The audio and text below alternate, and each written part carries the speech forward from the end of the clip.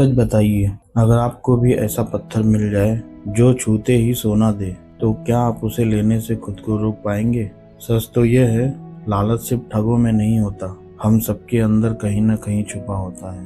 3 चालाक ठगों ने एक अमीर सेठ के लालच से खेल खेला, लेकिन उन्हें नहीं पता था कि यह खेल आखिरी में उन पर ही भारी पड़ने वाला है। आज की कहानी है लालच, दिमाग और सबसे खतरनाक चाल की। Welcome to soul of glow up, जहाँ कहानियाँ सिर्फ सुनाई नहीं जाती बल्कि इंसान को खुद से मिलवाती है।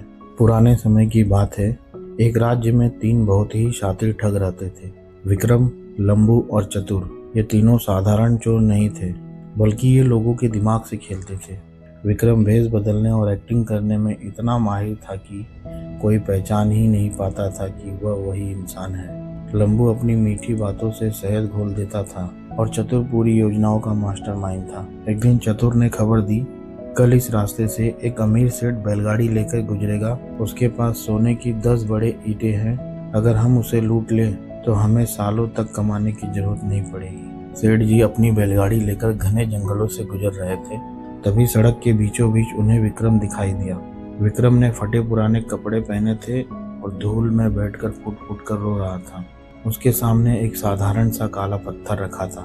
सेठ ने बैलगाड़ी रोकी और पूछा, अरे भाई, इस वीराने में क्यों रो रहे हो? क्यों लूट लिए गए हो?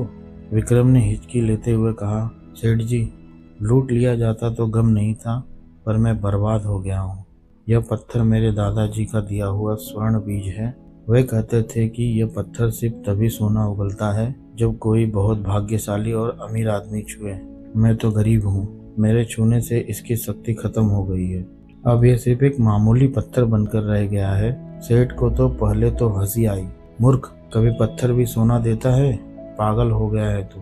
तभी योजना के अनुसार झाड़ियों से लंबू निकला। उसने एक कीमती रेशमी कुर्ता पहना था और वो किसी बड़े जमींदार जैसा लग रहा था। लंबू चिल्ला कर आया, अरे क्या यह वही स्वर्ण बीज है जिसकी तलाश में मैं भटक रहा हूँ? मुझे इसे छूने दो। जैसे ही लंबू ने उस काले पत्थर को छुआ, उसने अपनी मुट्ठी बंद की और जब हाथ खोला तो उसमें सोने का एक चमकता हुआ सिक्का था। असल में यह चतुर की चालाकी थी, जिसने पहले ही लंबू के हाथ में सिक्का छुपा दिया था। सेठ की आंखें फटी की फटी रह गई। उसने अपनी आंखों के सामने चमत्कार होते देखा। तभी चतुर एक जोशी के भेष में वहां पहुंचा। उसने अपना पंचांग खोला और गंभीर आवाज में बोला, ठहरो, यह पत्थर केवल उसे ही धन देगा जिसके पास पहले से शुद्ध सोना हो। जिसके पास सोना नहीं, उसके लिए यह पत्थर सिर्फ मौत का कारण बनेगा। सेठ का दिमाग काम करना बंद कर चुका था। उसके सिर पर लालच सवार था। उसने सोचा, मेरे पास 10 सोने की ईंटें हैं। अगर मैं इस पत्थर को ले लूं तो मैं रातों रात राजा बन जाऊंगा।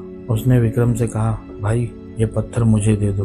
तुम गरीब हो, ये तुम्हारे किसी काम का नहीं। विक्रम ने नाटक करते हुए मना कर दिया, नहीं सेठ, ये मेरे पूर्वजों की आखिरी निशानी है, मैं इसे नहीं बेचूंगा। सेठ ने उसे और लालच दिया। काफी देर तक एक्टिंग और मोल भाव के बाद सेठ ने अपनी 10 सोने की ईंटें उन ठगों को दे दी और वहां से काला जादुई पत्थर लेकर अपनी गाड़ी में नाचते हुए घर की ओर चल दिया। विक्रम, लंबू और चतुर ने अपनी सफलताओं पर ठहाका लगाया और जंगल में गायब हो गए। सेठ घर पहुंचा और अपनी पत्नी को गर्व से सारी बात बताई। उसने पत्थर को मखमली कपड़े पर रखा और पूजा की। फिर उसने पत्थर को छुआ, रगड़ा और पूरी रात उसके सामने बैठकर प्रार्थना की, लेकिन कुछ नहीं हुआ। वह पत्थर वैसा ही काला और मामूली था। सेठ को अपनी मूर्खता का एहसास हुआ। उसे समझ आ गया कि उन तीनों ठगों ने उसे अपनी बातों के जाल में फंसा लिया है, लेकिन वह सेठ हार मानने वालों में से नहीं था। उसने ठगों को उन्हीं के भाषा में जवाब देने की ठानी। उसने पूरे गांव में ढोल पिटवा दिया, सुनो रे भाइयों सुनो, जो पत्थर मैं जंगल से लाया हूँ उसने कल रात 100 किलो सोना पैदा किया है। मैं इतना अमीर हो गया हूँ कि अब अपनी सारी पुरानी संपत्ति और घर के दरवाजे गरीबों के लिए खोल रहा हूँ। यह खबर जंगल में छिपे विक्रम, लंबू और चतुर तक पहुंची। वे आपस में लड़ने लगे। चतुर चिल्लाया, विक्रम, हमने बहुत बड़ी गलती कर दी। वह पत्थर वाकई में असली पारस पत्थर था। हमने सोने के 10 ईंटों के चक्कर में दुनिया का सबसे बड़ा खजाना खो दिया। अब लालच उन ठगों के सिर पर चढ़कर बोलने लगा। उन्होंने तय किया कि आज रात ही सेठ के घर चोरी करेंगे और वह पत्थर वापस छीन लेंगे। आधी रात का समय था। तीनों ठग ने सेठ के घर की दीवारें फांदकर अंदर घुसे। घर के आंगन के बीचों बीच वही काला पत्थर सोने की थाली में रखा चमक रहा था।